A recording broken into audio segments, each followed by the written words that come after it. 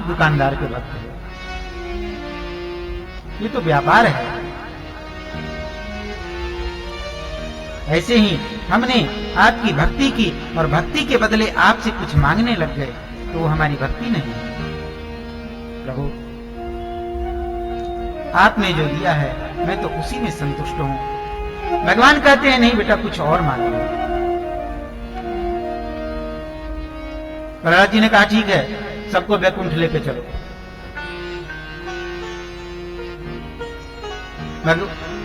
भगवान ने कही ठीक है, तो वैकुंठ कह रहा है चलने के लिए, लेकिन सबसे पूछ तो ले कौन कौन जाना चाहता है वैकुंठ?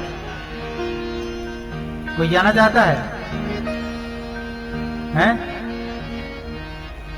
वैकुंठ जाना चाहता है कोई? हाथ खड़े करो।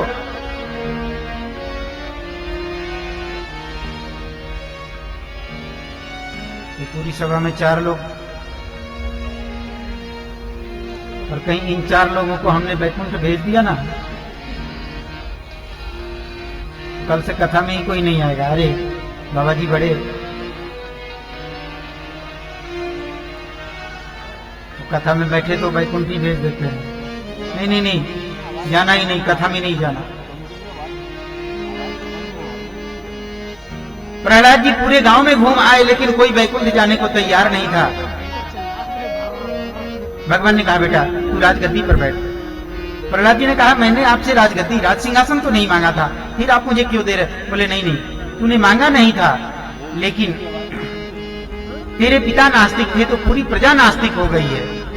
तू राज सिंहासन पर बैठकर राज्य करेगा और भक्ति करेगा तो तेरी देखा देखी तेरी प्रजा भी भक्ति करेगी। कहा गया है ना, यथा राजा तथा प्रजा।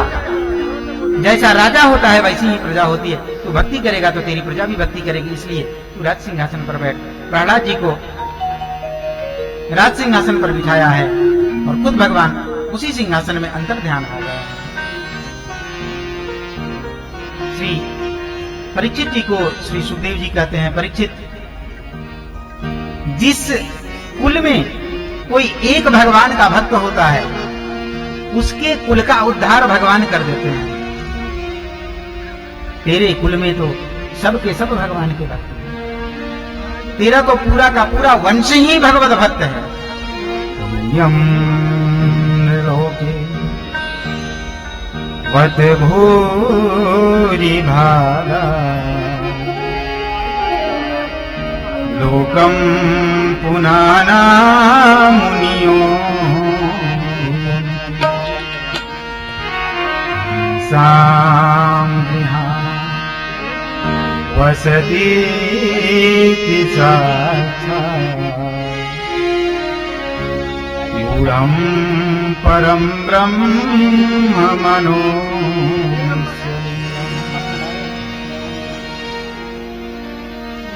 अयं ब्रह्म महेश्वमृत्य कैवल्य निर्वाण सुखानुभूति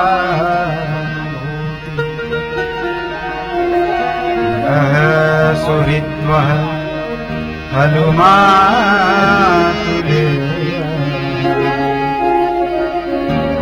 आत्मार्हणीयो विधिकृत पुरुष।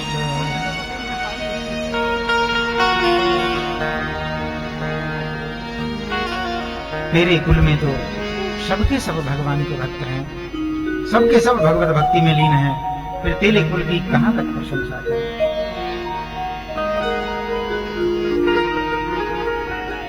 मैं नाम के एक दैत्य ने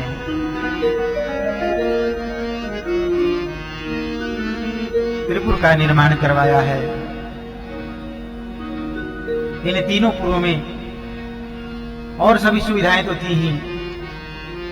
अमृत सरोवर था जिससे देवता लोग दैत्यों के साथ युद्ध करते, दैत्यों के ऊपर अमृत सिंचन होता और दैत्य पुनः जीवित हो जाते।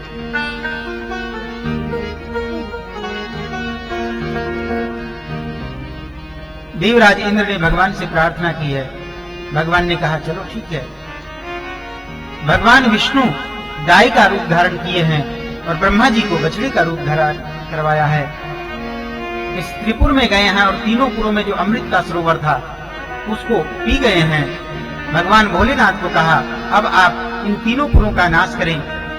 भगवान भोलेनाथ ने अपने त्रिशूल से इन तीनों पुरों का नाश किया है। तब से भगवान भोलेनाथ का त्रिपुरारी हो गया।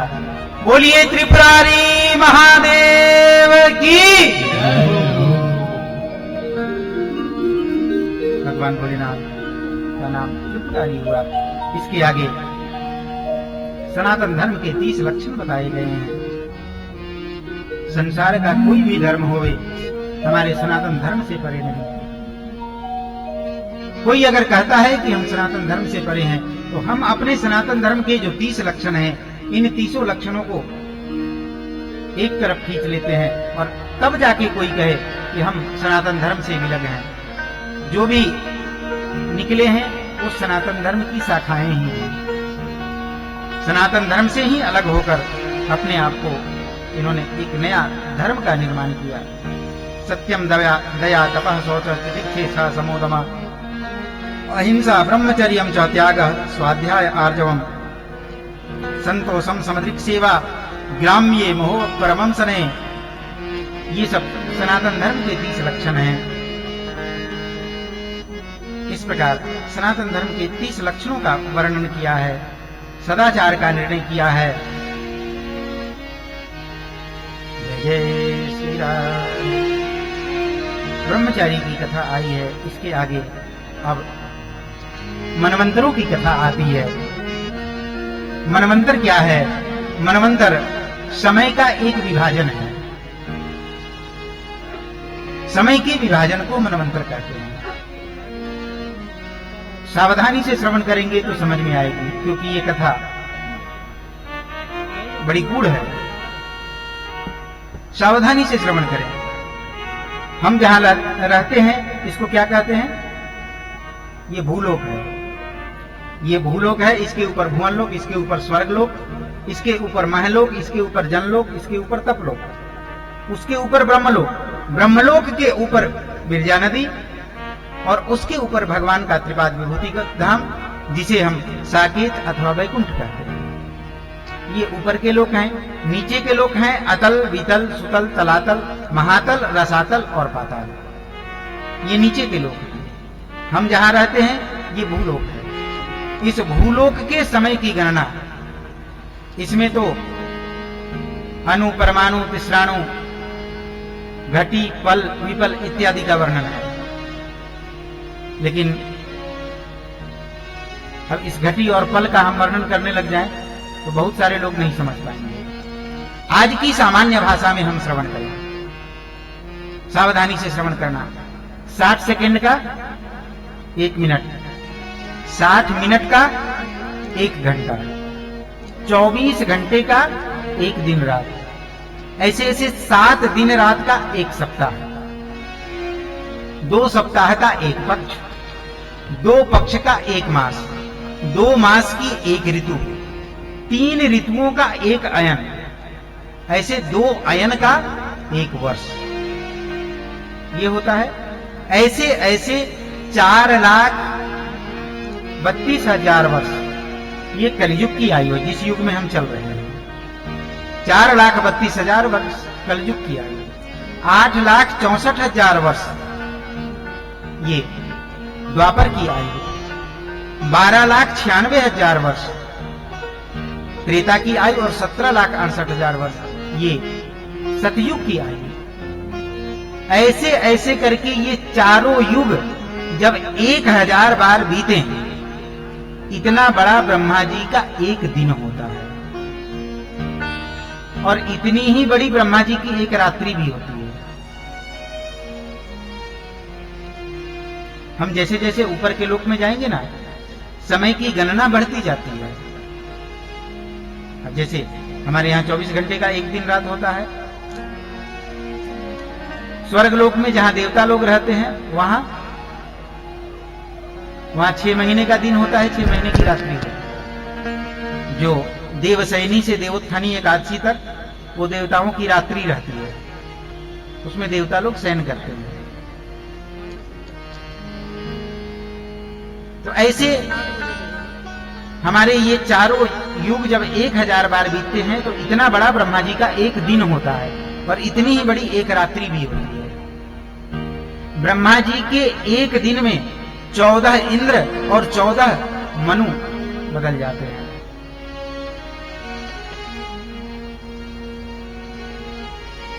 ये इतना बड़ा ब्रह्मा जी का एक दिन होता है। ऐसे सबसे पहला स्वयंभू मनवंतर, दूसरा स्वरुचिष मनवंतर, तीसरा उत्तम मनवंतर और चौथा उत्तम के भ्राता तामस मनवंतर। इस तामस मनवंतर में एक घटना घटी। कौन सी घटना? गज और ग्राह लड़े जल भीतर, लड़त लड़त गज हारायण हरि हरि, लड़त लड़त गज हारायण श्रीमन नारायण नारायण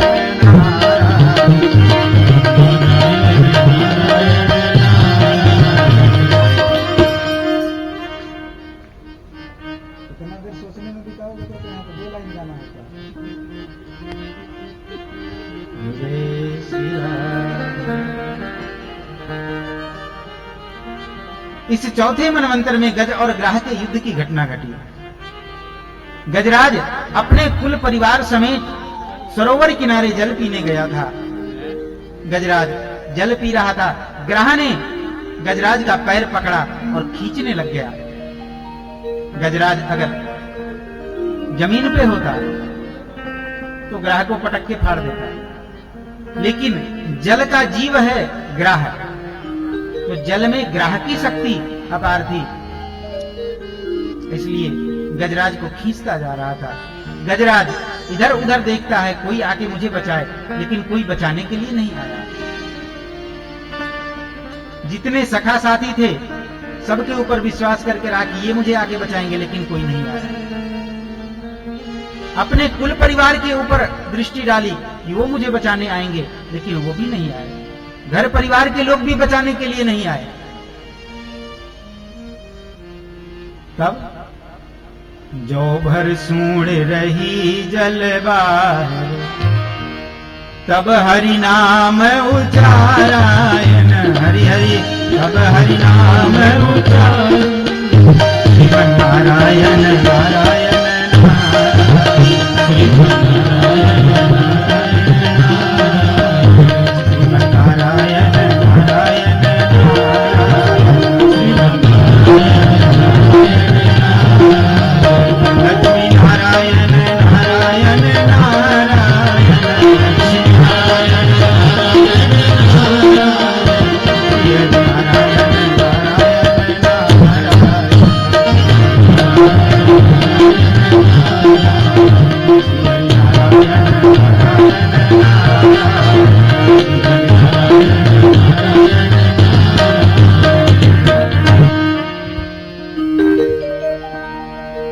गजराज सबके ऊपर विश्वास करके देखा, लेकिन कोई बचाने नहीं आया। जब जौ मात्र सूढ़ बाहर रह गई, तब गजराज को भगवान की याद आई है और पूर्व काल में जिस स्तुति को गाया करता था, यहाँ ये गजेंद्र मोक्ष स्तुति का वर्णन है, उसी स्तुति को गजराज गाने लग गया है। एवं व्यवसितो बुद्ध्या समाधाय मनोहरि, जजाप परमं जाप्यं स्वाजन्मन्यनुशिक्षितम्। गजेन्द्र उवाच ओम नमो भगवते तस्मै यद् एतच्चिदात्मकं पुरुषायादि बीजाय परेशाया विधीमहि। परमात्मा के चरणों में इस स्तुति का गान किया है। इसका नाम है गजेंद्र मोक्ष स्तोत्र। जिस किसी के ऊपर भी संकट आए, इस गजेंद्र मोक्ष स्तोत्र का पाठ करे तो उसके सारे संकट दूर हो जाते हैं। गजराज भगवान की स्तुति कर रहा है और गजराज की स्तुति में एक बड़ी विचित्रता है। क्या विचित्रता है? गजराज भगवान की स्तुति तो गा रहा है, लेकिन भगवान का नाम लेके नहीं गा रहा है। यहां इस स्तुति में गजराज ने किसी का नाम नहीं लिया, कि मैं राम जी को पुकार रहा हूं, कि कृष्ण जी को पुकार रहा हूं, कि द्वारिकाधीश को पुकार रहा हूं, कि मत्स्य भगवान को पुकार रहा हूं, कच्छप भगवान को, किसी का नाम नहीं लिया।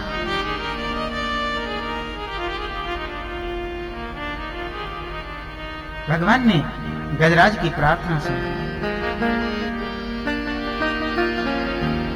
और गजराज की प्रार्थना सुनकर भगवान इतने वेग से दौड़े हैं, इतने वेग से दौड़े हैं। लक्ष्मी जी ने पूछा, प्रभु कहां जा रहे? भगवान ने कहा, गजराज को बचाने। ग सुना लक्ष्मी जी ने, ज सुना गजराज ने। इतनी तेजी में दौड़े। गजराज ने दूर से भगवान को आता हुआ देखा है। गजराज ने सोचा, भगवान को क्या अर्पित करूं, और कुछ तो है नहीं। गजराज ने, माता लक्ष्मी ने अपने हाथों की कमल का पुष्प गिराया है। गजराज ने उस पुष्प को उठाया और नारायण खिल गुरु भगवान नमस्ते कहकर भगवान के चरणों में अर्पित किया है। भगवान आए, गजराज को ग्राह समेत उठाकर सरोवर से बाहर किया और बाहर करके ग्राह का मुख फाड़ा, गजराज को बाहर निकाला। ग्राह का मुख फटा, गजराज मर गया। गजराज की आत्मज्योति भगवान को समाहित हुई। देवताओं ने देखा और देवता लोग कहने लगे, प्रभु यहाँ किसके उद्धार के लिए आए थे? बोले, गजराज के उद्धार के लिए। बोले, गजराज तो यहीं पड़ा है, ग्राह आपके धाम चला गया। भगवान ने कहा, हाँ, जो मेरा पैर पकड़ता है ना, मैं उसका उद्धार करता हूं, लेकिन जो मेरे भक्त का पैर पकड़ लेना, उसका मैं पहले उद्धार कर देता हूं। इसीलिए हम लोग बार बार कहते हैं, भगवान के चरण पकड़े ना पकड़े कोई बात नहीं। भगवान के भक्त संत जो हैं, इनका हम चरण पकड़ लें तो हमारा उद्धार अपने आप हो जाए। दासानुदास हो, हम दासानुदास हो जाएं, दासों के दास हो जाएं, तो भगवान हमारा अपने आप उद्धार कर देंगे। गजराज का उद्धार, ग्राह का उद्धार हुआ। गजराज को भगवान ने अपने धाम आने का आश्वासन दिया। इसके बाद 5वां रैवत मनवंतर, 6वां चाक्षुष मनवंतर। इस मनवंतर में भी एक घटना घटी।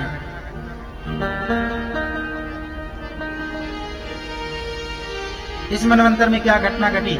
समुद्र मंथन की घटना।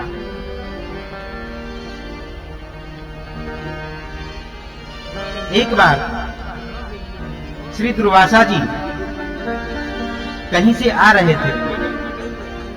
देवराज इंद्र ऐरावत हाथी पे बैठ के कहीं जा रहे थे। दुर्वासा जी ने देखा और दुर्वासा जी ने अपने गले में जो पुष्प की माला पड़ी हुई थी वो उतारकर देवराज इंद्र के गले में डाल दिया। देवराज इंद्र सज धज के कहीं जा रहे थे। देवराज इंद्र को लगा, मैंने इतने अच्छे अच्छे कपड़े पहने हैं, कहीं मेरे कपड़ों में इस फूल से, इस पुष्प से दाग न लग जाए, इसलिए वो माला अपने गले से उतारकर ऐरावत के मस्तक पे रख दिया। ऐरावत ने अपने सूंड से उस माला को पकड़ा और अपने पैरों में रोक दिया। अब ये देखकर दुर्वासा जी को क्रोध आया और दुर्वासा जी ने देवराज इंद्र को शाप दे दिया, तुझे स्वर्ग लक्ष्मी का इतना अभिमान हो गया है, या मैं तुझे शाप देता हूं, तेरी स्वर्ग लक्ष्मी रुष्ट होकर चली जाएगी। स्वर्ग की लक्ष्मी रुष्ट होकर चली गई। अब देवराज क्या करें? श्री कृष्ण गोविंद हरे मुरारे, हे नाथ नारायण